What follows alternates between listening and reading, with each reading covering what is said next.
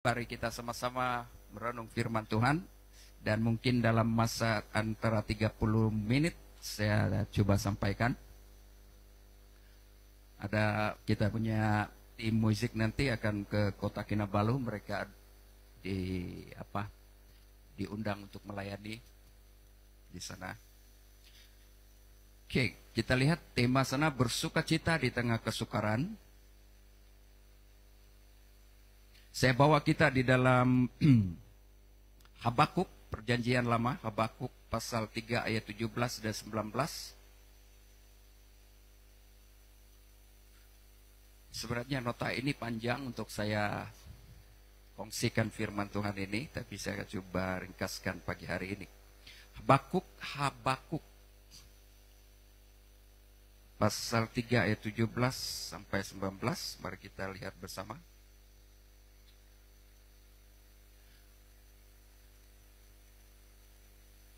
Ayat 17 berkata, sekalipun pohon ara tidak berbuah, pohon anggur sekalipun pohon ara tidak berbunga, pohon anggur tidak berbuah, hasil pohon zaitun, saya mau sentuh pohon zaitun pagi hari ini. Ya.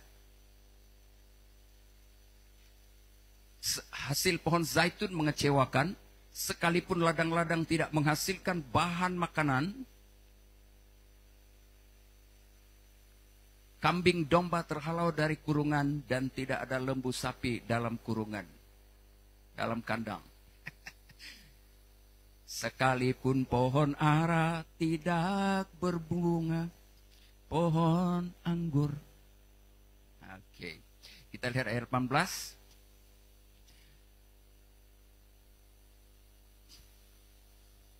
Mungkin ada masalah sedikit kita punya ini. Namun aku akan bersorak, beria-ia di dalam Allah.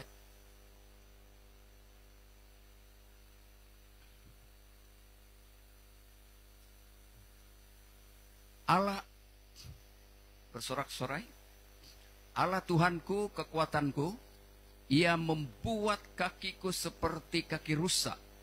Ia membiarkan aku berjejak di bukit-bukit. Untuk di sana, ya, karena dia. Oke. Nah, sebelum saya teruskan ayat 17, 18, 19, kita lihat, pergi dulu sebentar, kita perhatikan baik-baik kenapa ayat ini berkata demikian. Habakuk ini adalah doa dan pujian Habakuk kepada Tuhan. Dalam pasal 1 dia hanya ada pasal 3 atau 1, 2, 3, ya, sampai pada pasal yang ketiga. Pasal 1, pasal 2, pasal 3. Oke. Nah, ayat ini datang dari doa dan nyanyian Habakuk. Ini saya terus kepada ayat pasal 3. Maksudnya ini menggambarkan keadaan ekonomi dan kehidupan bangsa Yahuda, bangsa Israel pada waktu itu. Ya, suku Yahuda menjelang pemusnahan oleh bangsa Babel, bangsa Kasdim. Disebut orang Kasdim, maksudnya bangsa Babel. Itu zaman Nebukadnezar, raja itu. Oke. Habakuk menggambarkan keadaan Habakuk dalam pasal ketiga ini. Waktu di dalam doa dan nyanyiannya, Habakuk menggambarkan keadaan kehancuran Israel. Oke. Kehancuran total Israel pada waktu itu, di mana bait suci itu dihancurkan oleh Nebukadnezar. Dia tawan semua orang-orang Yahuda pada waktu itu dan dibawa di kota Babel. Oke. Nah, bukan hanya di Israel itu secara politik hancur, tetapi juga di sana mengalami krisis ekonomi dan krisis rohani. Jadi ini maksudnya dalam ayat 17, 18, 19, di tengah-tengah kesulitan, di tengah-tengah masalah, di tengah-tengah cabaran ini, sebenarnya Habakuk, ya, ada punya persoalan di dalam hatinya. Kenapa Tuhan biarkan pasal 1, pasal 2 itu, ya. Dia katakan mengapa Tuhan biarkan, tinggalkan umatnya, orang-orang benarnya, orang-orang yang percaya kepadanya, umat pilihannya. Kenapa Tuhan biarkan musuh-musuhnya menawan mereka? Ya, sehingga umat Tuhan ini menderita. Mereka kehilangan tanah mereka, sehingga ekonomi, pendapatan mereka semua hilang, hancur. Dan Habakuk pada waktu itu dia rasa bergumul di dalam emosi. Kenapa ada persoalannya? Kenapa Tuhan biarkan mereka sengsara, menderita? Lalu Tuhan menjawab, semua ini terjadi.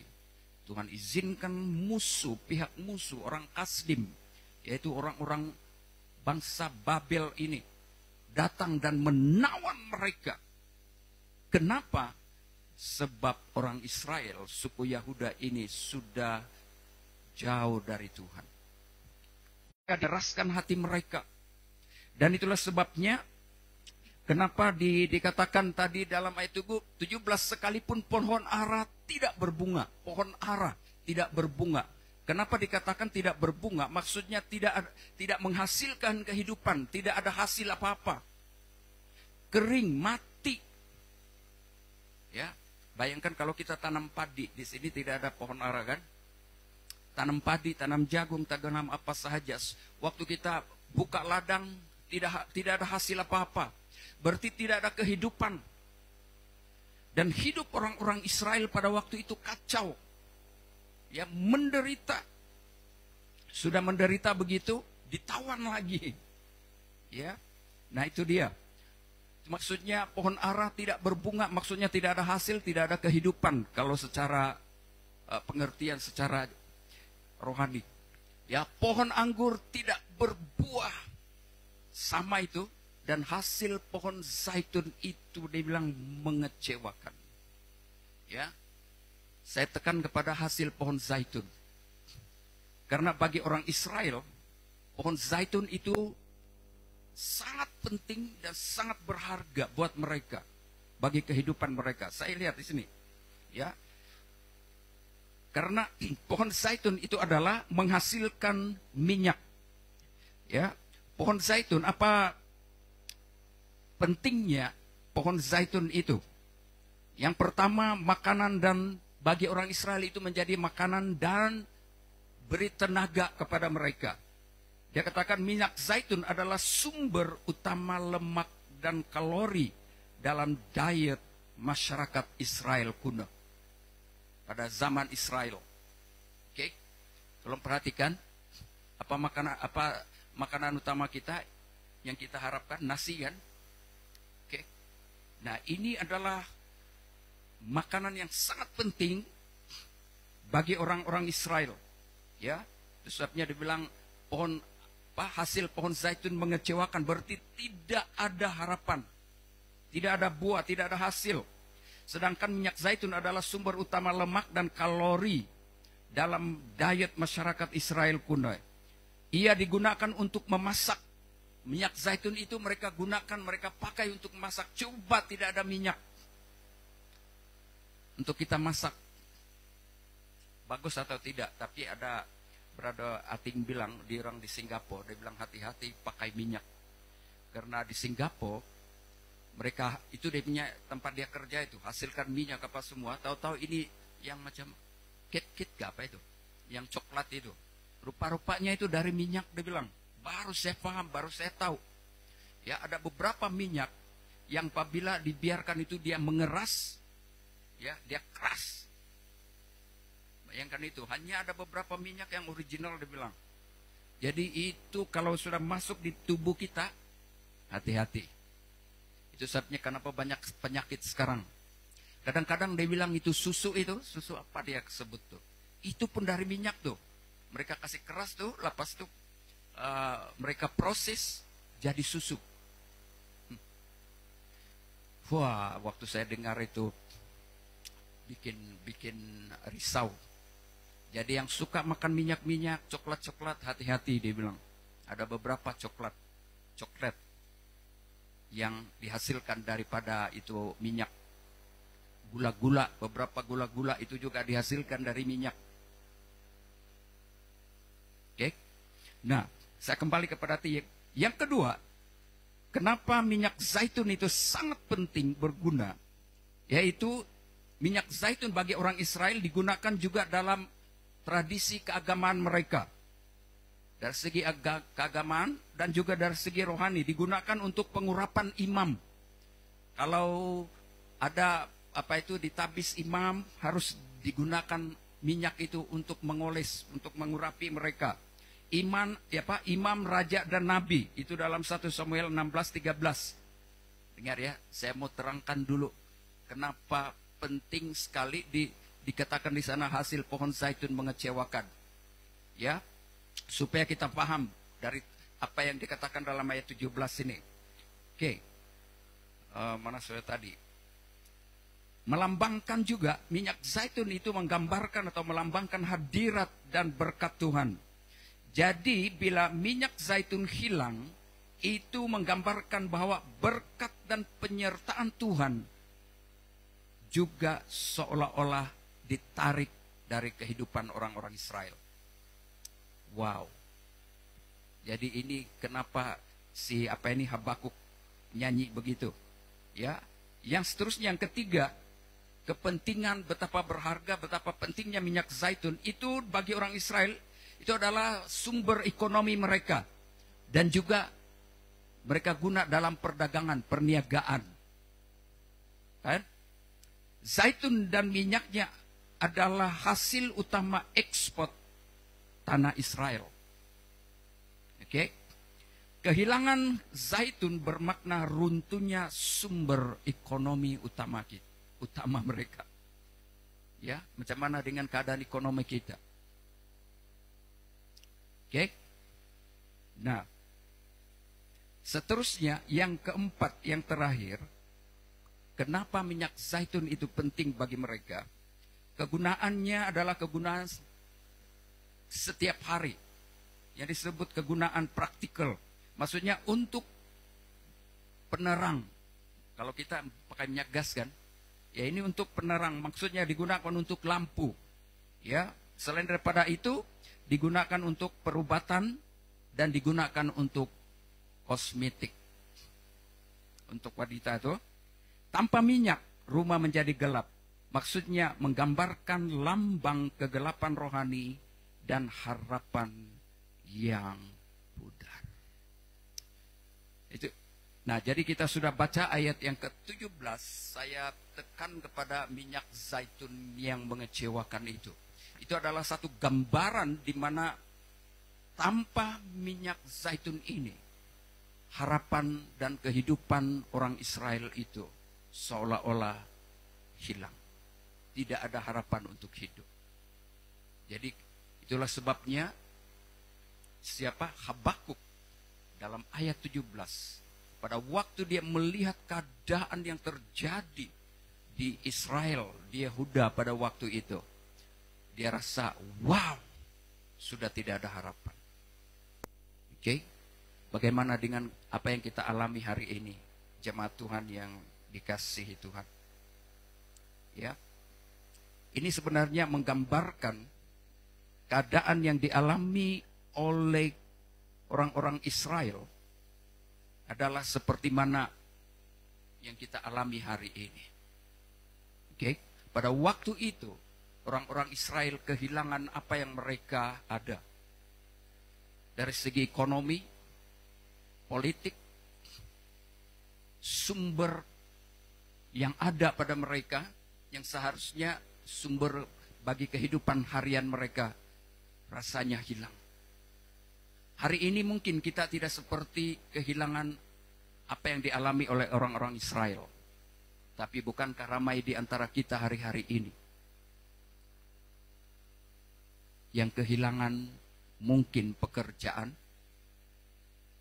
kehilangan orang-orang yang tersayang, kehilangan boyfriend, girlfriend, kehilangan sumber yang kita harapkan selama ini. Atau mungkin kita merasa dikecewakan oleh orang-orang yang terdekat dengan kita. Itu dari segi konteks kita hari ini. Kita bukan berada dalam konteks zaman Israel, tapi kita berada dalam konteks kita, keadaan yang kita alami hari-hari ini. Apalagi kalau di negeri kita hari ini sedang tidak lama lagi berhadapan dengan PRN. Nah, kita tidak tahu apa yang akan terjadi, siapa yang akan memerintah, itu terserah pada Tuhan. Nah, orang-orang Israel, karena mereka tidak mendengar apa yang dikatakan oleh Tuhan, maka Tuhan izinkan pihak musuh datang untuk menawan mereka. Itu bukan berarti Tuhan berbuat yang jahat terhadap mereka, tapi itu adalah macam mana mau cakap? Akibat daripada ketidaktaatan mereka kepada Tuhan. Sama seperti persoalan yang dikatakan begini tuh. Siapakah yang harus dipuji? Yang harus diberi, maksudnya diberi apa itu? Diberi pujian, diberi hadiah lah kalau misalnya. Ya. Waktu penyalipan Yesus. Bukankah iblis dan Yudas, dia bilang, Yudas dan iblis. Karena mereka yang menggenapi keselamatan itu. Sehingga ada banyak kontroversi-kontroversi. Oke? Tapi sebenarnya semua kejahatan itu datang daripada memang dari manusia sendiri, dari setan sendiri, ya, yang berusaha untuk menghancurkan sebenarnya Yesus itu. Oke? Tetapi sejak manusia jatuh dalam dosa itu, bukan sejak lagi, dari kekekalan, Allah sudah tahu bahwa manusia pasti akan jatuh dalam dosa. Dia rencanakan keselamatan itu, dan keselamatan untuk apabila manusia jatuh dalam dosa, dia punya bayaran harga itu haruslah nyawa. Oke? Nyawa, kematian. Dan Allah sudah rencanakan itu. Pada saat manusia jatuh dalam dosa, korban penghapus dosa itu harus seorang manusia. Oke? Tetapi Tuhan tidak merencana memakai setan, memakai manusia. Itu terjadi karena manusia punya kejahatan, iblis punya kejahatan. Contohnya dalam Yusuf itu. Ya, kisah Yusuf. Sebabnya dia bilang manusia merencanakan kejahatan, tetapi Allah mengubah kejahatan itu menjadi satu kebaikan untuk menyelamatkan orang-orang Israel dari mati kelaparan. Paham maksudnya? Ya. Oke. Nah, jadi tidak heran saudara, jemaat Tuhan yang saya kasih dalam Yesus, kalau kita dalam kehidupan kekristenan kita acuh tak acuh dengan Tuhan, itu bukan salah Tuhan pada saat Anda dan saya mengalami musibah, masalah, cabaran-cabaran dalam hidup ini. Karena itu terjadi atas ketidaktaatan, ketidaksetiaan kita kepada Tuhan. Oke? Nah itu sebabnya siapa Habakuk bilang, Tuhan, kenapa ini terjadi kepada orang-orang benarmu? Kenapa ini terjadi kepada umat pilihanmu? Kejahatan ini, bukankah engkau yang harus membela? Bukankah engkau yang harus menjaga, memelihara dari semua ini terjadi? Tapi itu terjadi bukan karena Tuhan. Itu terjadi karena kejahatan dan dosa manusia. Oke? Nah, kita lihat. Sekarang saya pergi kepada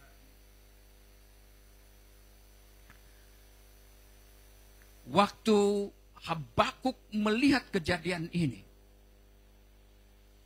Kejahatan yang bermaharajalela terjadi kepada umat Tuhan ini. Maka siapa ini? Habakuk mengubah pola pikirnya dengan keluhan, dengan doa dan ucapan syukur. Oke? Waktu Habakuk melihat keadaan ini, kejahatan yang bermaharajalela terjadi kepada umat Tuhan ini. Maka Habakuk mengubah. Ini bukan berarti dia setuju dengan kejahatan itu, tapi supaya dia dapat melihat ya anugerah kebaikan Tuhan itu, maka dia ubah dengan doa dan ucapan syukur. Sekalipun pohon ara tidak berbunga, pohon apa itu? Coba Jasin, saya coba nyanyi sekejap ya. Sekali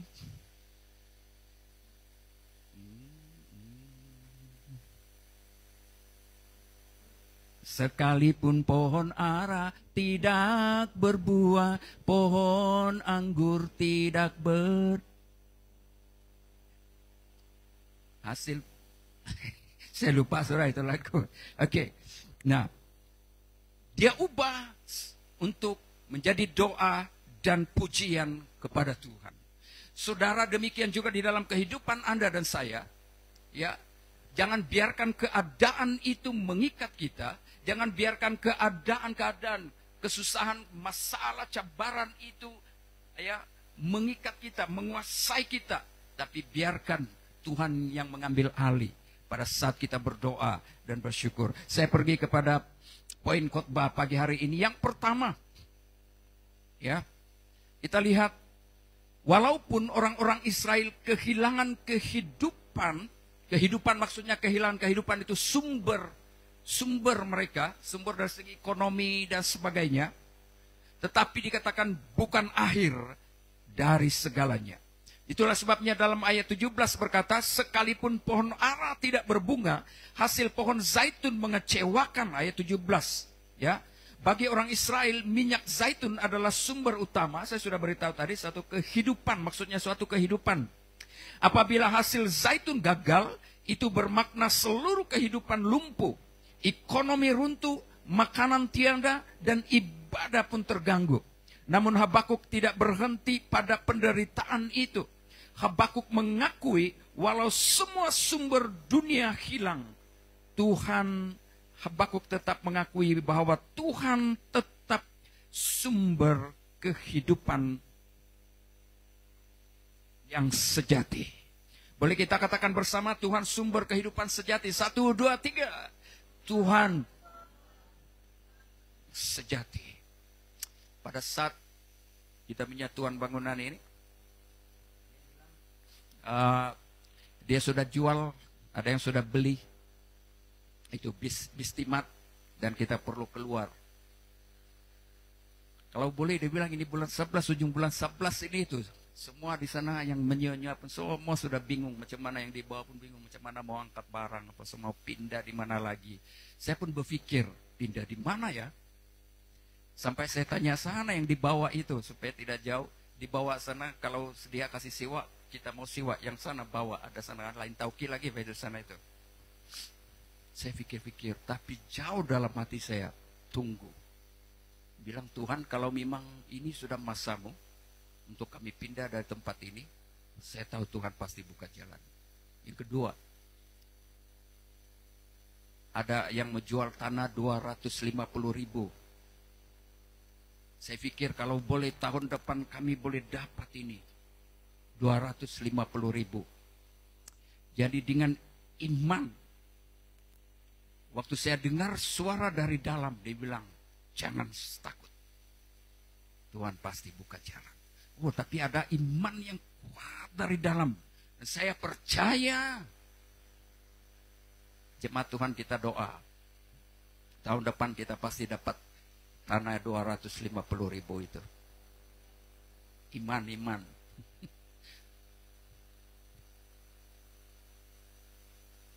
Kita pikir-pikir sekarang, mustahil kan? Mustahil gak?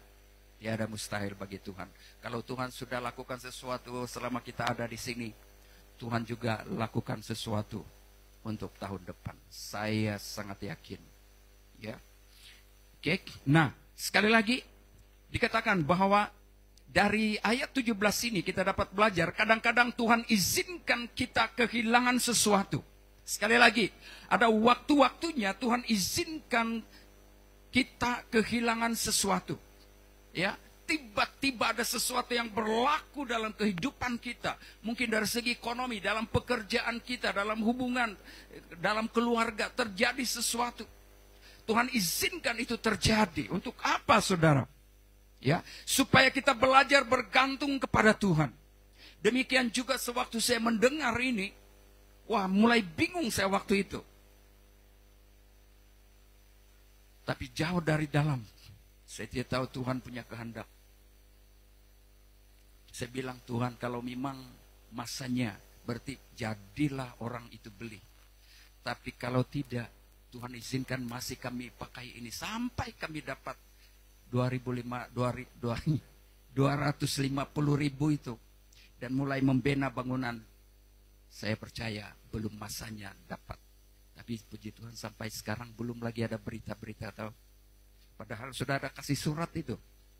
Surat untuk siap-siap bongkar semua ini. Ya, tapi dalam hati saya jangan dulu bongkar lah. Jangan bongkar apa-apa, jangan kacau apa-apa. Kita percaya biar Tuhan campur tangan. Oke, nah sekali lagi ya. Kadang-kadang Tuhan izinkan kita kehilangan sesuatu supaya kita belajar bergantung kepada Tuhan. Bukan pada berkatnya.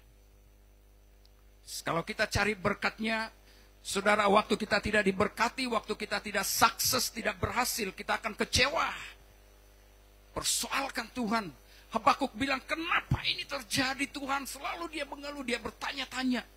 Akhirnya Tuhan menjawab di dalam pasal 3 ini. Baru Habakuk mengerti bahwa yang memegang kendali hidup manusia itu adalah hanya Tuhan. Jadi kalau ada apa-apa yang terjadi dalam kehidupan kita, jangan terus mengeluh, jangan lihat keadaan itu, tapi lihat Tuhan kita yang berdaulat atas segala-galanya. Kehilangan bukan tanda Tuhan meninggalkan kita, tetapi peluang untuk mengenal Tuhan lebih dalam. Boleh tangkap? Pada saat kita mengalami musibah, masalah, cabaran, bukan berarti tanda Tuhan meninggalkan kita, tetapi peluang untuk saudara dan saya lebih mengenal isi hati Tuhan. Persoalannya, apakah dalam kehidupan kita sehari-hari kita selalu mencari Tuhan, bertanya kepada Tuhan, kenapa apa yang kita alami ini, kenapa itu terjadi? Yang kedua, ya, poin yang kedua, iman yang benar tidak bergantung kepada keadaan. Sekali lagi, iman yang benar-benar kepada Tuhan. Orang yang betul-betul percaya kepada Tuhan, tidak bergantung. Tahu bergantung? Ya, pandaian Miki bergantung. Kan itu kah? Bergantung itu yang macam kau berharap. Ya, tidak berharap bergantung kepada keadaan. Sekali lagi, poin yang kedua ini ya, iman yang benar, iman yang betul-betul, kalau Anda dan saya betul-betul bertobat, percaya Tuhan, berarti tidak bergantung kepada keadaan yang kita alami, masalah cabaran yang kita alami. Ya, mungkin kita kehilangan pekerjaan, ekonomi kita, masalah ekonomi dan sebagainya. Iman kita tidak bergantung kepada keadaan itu. Seperti yang saya katakan tadi, kalau saya melihat, mendengar perkataan dari kitabnya ini, memang tiap hari saya bingung. Tapi tidak tahulah kalau jemaat bingung tidak dengar ini. Hanya seorang bapak saja yang akan kadang-kadang bingung, berpikir bagaimana kasih makan istri, bagaimana kasih makan anak-anak, sekolah anak-anak macam mana. Begitu kan? Ayo, macam mana dengan ibu-ibu? Tidak sama kan? Khawatir juga itu. Ada juga, tapi tidak sama dengan bapak. Betul kan Penatua Rasmin? Banyak dia pikir. Yang sudah kawin ini tahu tuh. Tapi kalau yang kawin masih muda-muda, belum terpikir panjang itu, tahu? Sebab waktu saya masih muda-muda, anak saya baru 1. Belum lagi. Belum saya macam mengalami apa tanggung jawab sebagai seorang bapak itu. Ya. Oke. Namun Dalam ayat 18 itu sebabnya siapa itu Habakuk bilang, namun aku bersukacita di dalam Tuhan, bergembira dalam Allah yang menyelamatkan aku. Saya pakai itu tafsiran bahasa Malaysia. Ya, ayat 18. Berarti Habakuk tidak menunggu keadaan menjadi baik untuk bersukacita. Sekali lagi, Habakuk tidak menunggu keadaan menjadi baik baru dia bersukacita, bergembira, memuji Tuhan, menyembah Tuhan. Tidak. Justru di dalam keadaan seperti ini yang tidak ada harapan, dia mengubah pola pikirnya, cara pandangnya, tidak lagi memandang kepada keadaan, masalah yang dia lihat, tetapi dia ubah dengan doa dan ucapan syukur. Jadi saudara, jangan letak iman kita, kepercayaan kita kepada keadaan yang sedang mengganggu kita. Tetapi letakkanlah iman kita, ubahlah keluhan kita dengan pujian dan ucapan syukur. Dia memilih, maksudnya Habakuk memilih bersukacita di tengah penderitaan. Sekali lagi, Habakuk memilih bersukacita, beria-ria di tengah-tengah penderitaan. Senangkah beria-ria? Coba kalau tin beras kita kosong, dompet kosong, senangkah bersukacita? Saya tahu kita selalu ada pengalaman ini, amin. Tung, angkat tin kosong. Sekali tengok dompet kosong, gas lagi sudah habis. Di mana mau cari? Oh, itulah ada satu hamba Tuhan tadi itu. Siapa itu ada satu hamba Tuhan di Indonesia yang baru keluar dari penjara. Dia orang miskin biasa, tapi karena imannya kepada Tuhan, dia melayani. Lalu karena tangkap, saya tidak perlulah sebut nama dia, supaya ini ada live. Lalu dia beberapa lama sampai, kamu tahulah juga mungkin ini kan, karena siksa, karena kasih makan tai, iya, dan macam-macam.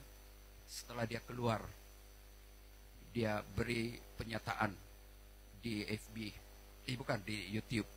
Dia bilang, sekali Yesus, tetap Yesus. Umur saya sekarang 50 lebih. Saya pikir, saya tengok dia, tidak tahulah sama kan muka kami kah. Dia bilang baru 50 lebih, tapi saya nampak macam tua-tua. Saya tengok dia 50 lebih, dia bilang. Sekarang dalam 50 lebih tahun umur saya lagi ini, dia bilang. Saya sekali-kali tidak mau mundur dari Tuhan. Alang-alang. Saya harus melayani Tuhan sampai saya mati. Waktu dia berkata begitu, saya duduk, saya bilang, saya pun, kalau boleh Tuhan pegang dan pelihara hidup saya, tetap kuat, tetap sihat. Biar, betul bah, saya pikir begini, saya sudah alang-alang dari umur belasan tahun melayani Tuhan, ikut Tuhan.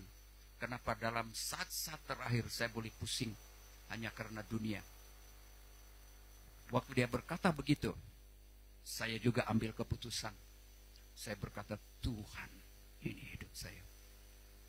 Betul, saya tidak mau pusing belakang apapun caranya. Biar saya mengakhiri hidup ini, melayani, tetap melayani. Saya terpikir ada orang-orang yang sudah jadi hamba Tuhan. Saya main-main sama kawan-kawan. Bagus. Saya bilang, bagus lagi saya bertanding di Tinomo, saya main-main istri saya, mungkin bagus saya ini mau jadi apa ini di sana. Saya bilang alang-alang, kalau sudah masuk, apalagi suara asik bungkar habis. Dan ya begitu, Pak. Jadi saya pikir banyak anak-anak Tuhan, hamba-hamba Tuhan di tengah perjalanan sudah umur 50 lebih, 60 tahun, tinggalkan pelayanan, pergi ke tempat kerja yang lain. Hal-hal yang terjadi ini saya ambil sebagai satu pengajaran, sebagai sesuatu yang saya katakan dalam hati saya tidak mau itu terjadi dalam hidup saya.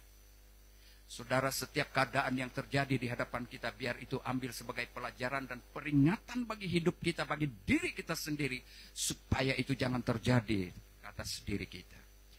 Jemaat Tuhan, kalau kita sudah bertobat sungguh-sungguh, mari sungguh-sungguh, ayo jalan terus, lihat ke depan, jangan alang-alang. Kalau mau alang-alang, Saudara, firman Tuhan bilang dalam kitab Wahyu, kalau kau jadi benar, benarlah. Kalau kau mau jadi jahat, ayo jahatlah sampai habis. Kan? Oke, kita kembali tadi. Dia memilih bersukacita di tengah penderitaan. Ini bukan karena dia kuat, bukan karena Habakuk kuat.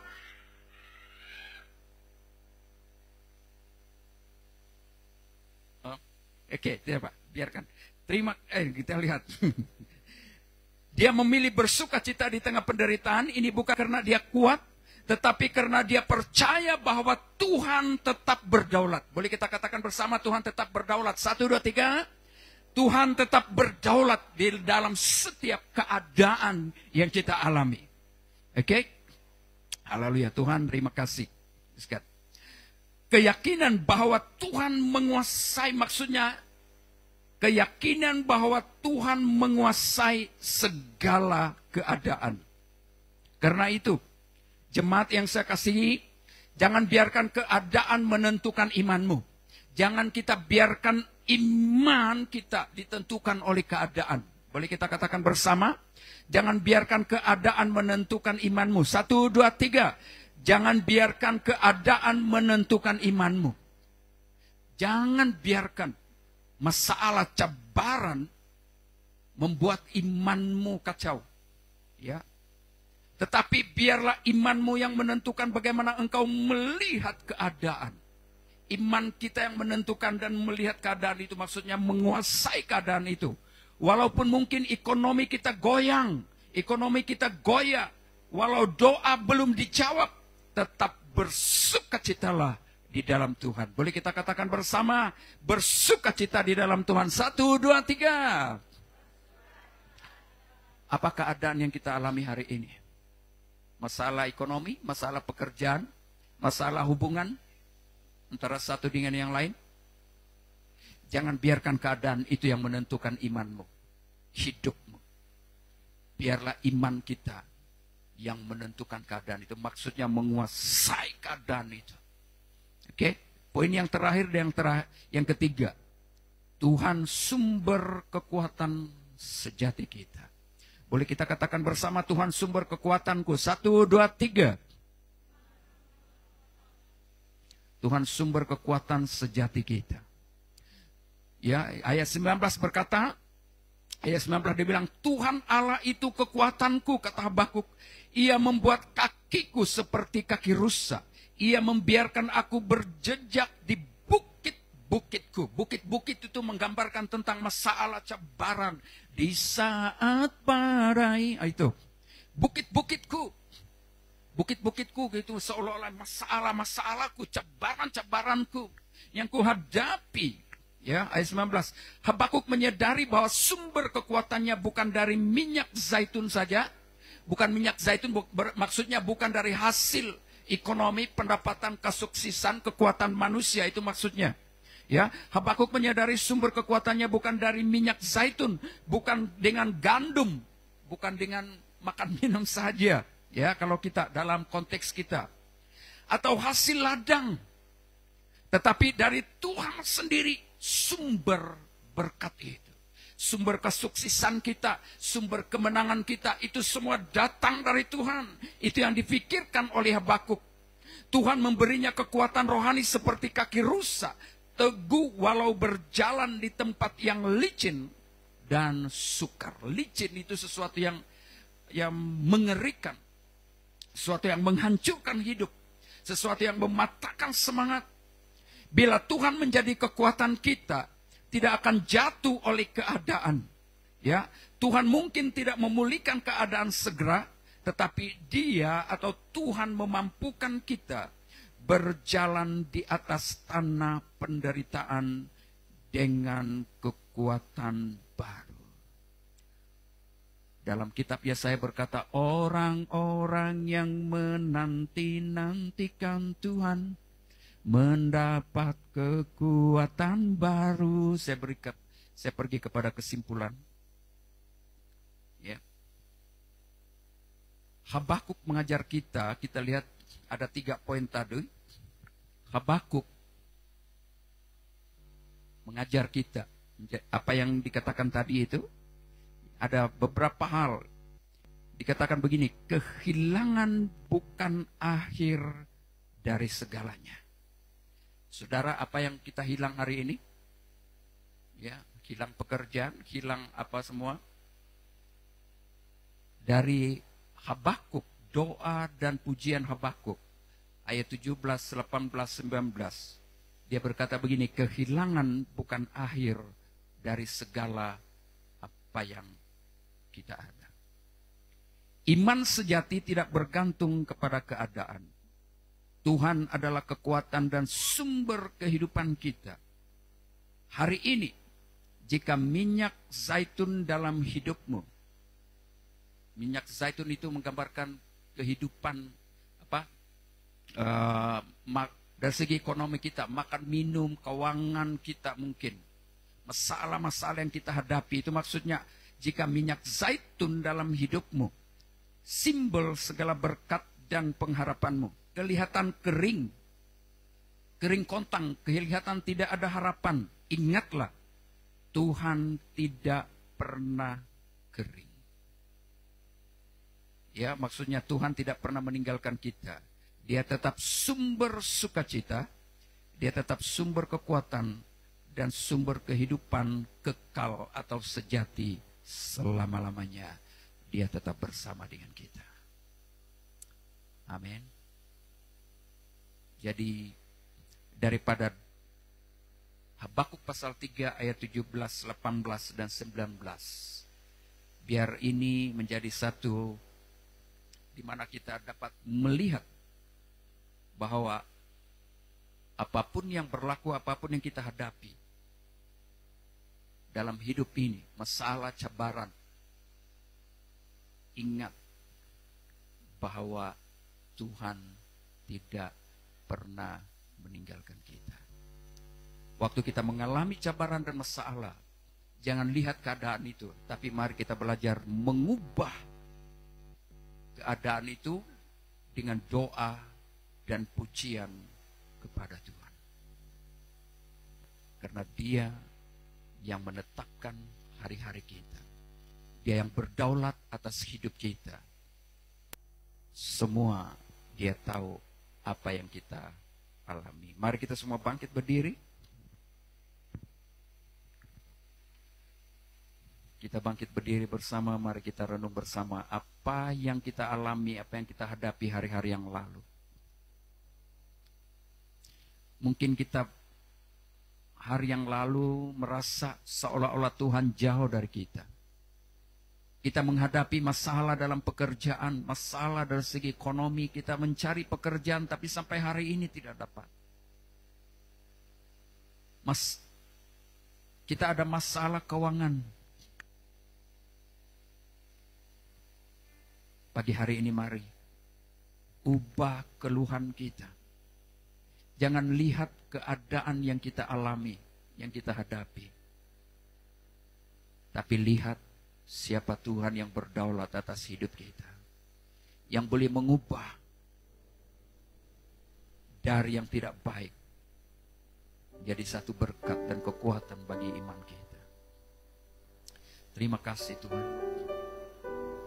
Kalau hari-hari yang lalu kami mengeluh seperti Habakuk, pada saat melihat bagaimana umat Tuhan ditindas, ditawan, dan kehilangan semuanya, seolah-olah tidak ada lagi kehidupan.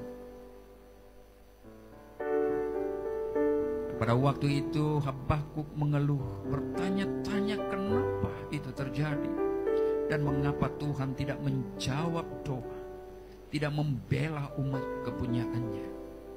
Mungkinkah hari-hari ini kami juga seperti itu?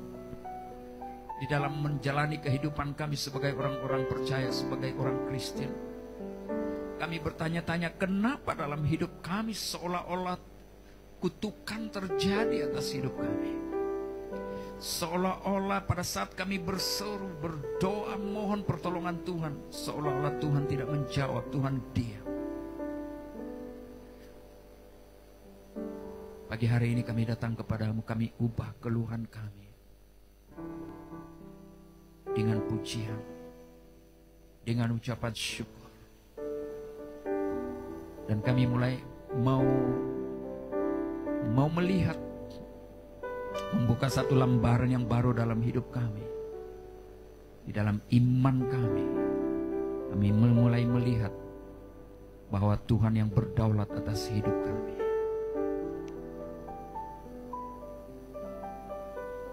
Dia buka jalan saat tiada jalan. Dia bekerja di jalannya, tak terlihat oleh kita. Dia menuntunku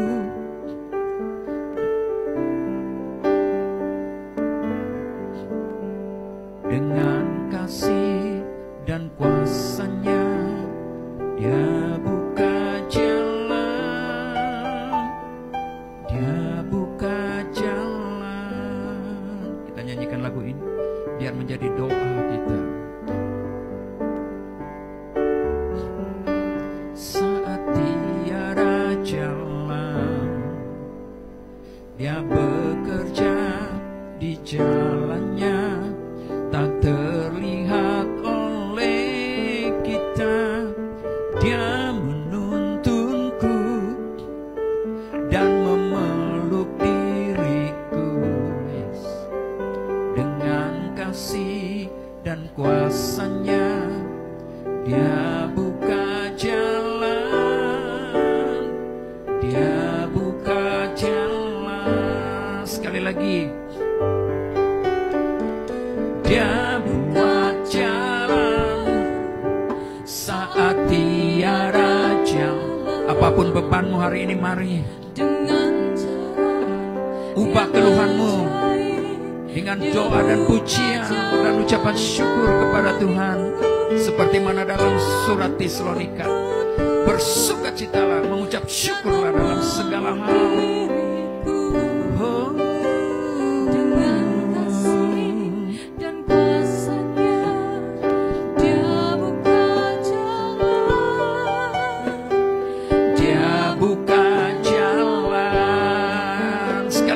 Dia buat jalan, dia buat jalan di dalam setiap perjalanan hidup kita. Dalam masalah ekonomi, Tuhan buat jalan. Dia buka jalan bagimu, dia menuntunku dan memeluk diriku.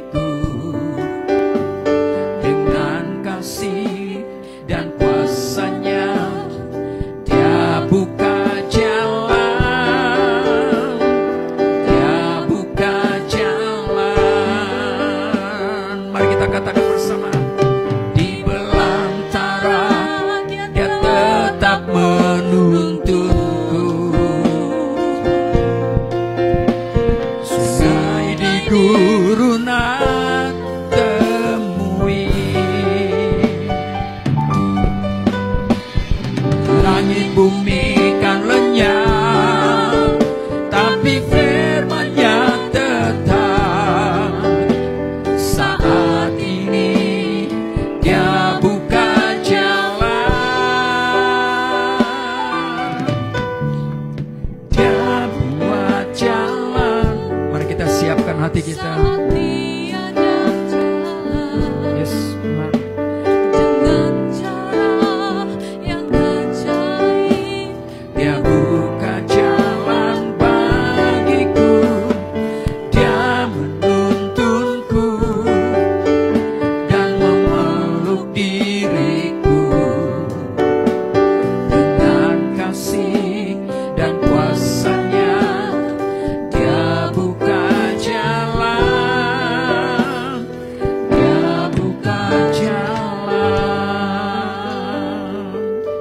Musik melayani kita. Mari kita siapkan untuk masuk di dalam perjamuan kudus.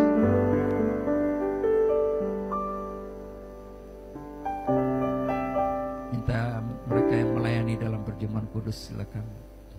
Haleluya. Mari kita rendahkan hati kita. Perjamuan kudus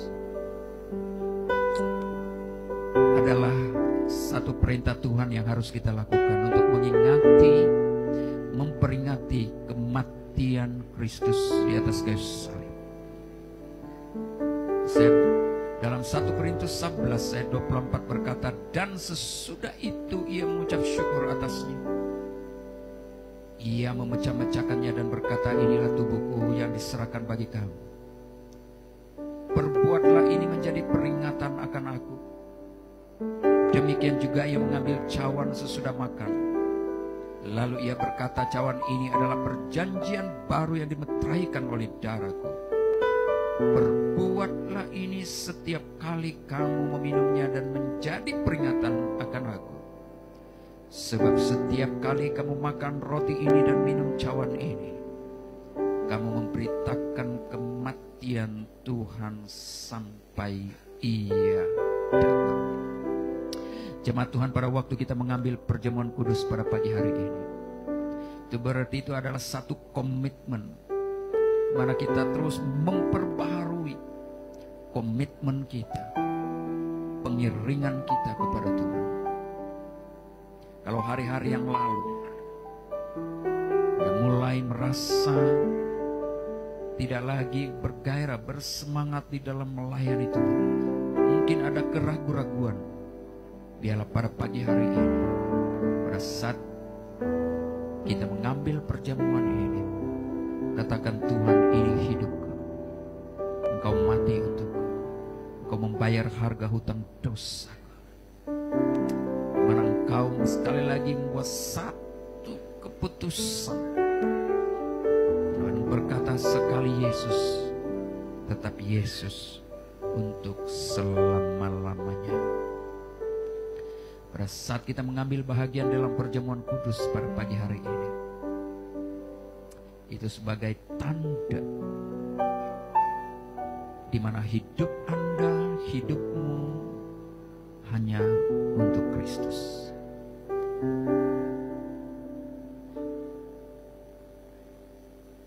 Siap bersatu di dalam penderitaan Kristus. Siap mati dan memikul salib dalam kehidupan kita setiap hari. Siap menderita baginya. Mari kita angkat roti yang ada di tangan kita. Kita berdiam diri sejenak. Sesudah itu ia mengucap syukur atasnya. Ia memecah-mecahkannya dan berkata, inilah tubuhku yang diserahkan bagi kamu. Perbuatlah ini menjadi peringatan akan aku. Kami mengangkat roti ini, Tuhan. Ini adalah tubuhmu yang sudah pecah-pecahkan bagi kami.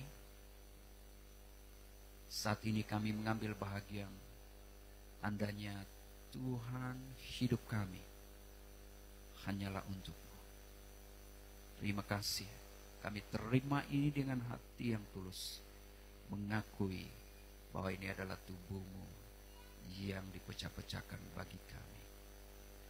Dalam nama Yesus Kristus. Amin. Mari kita makan bersama.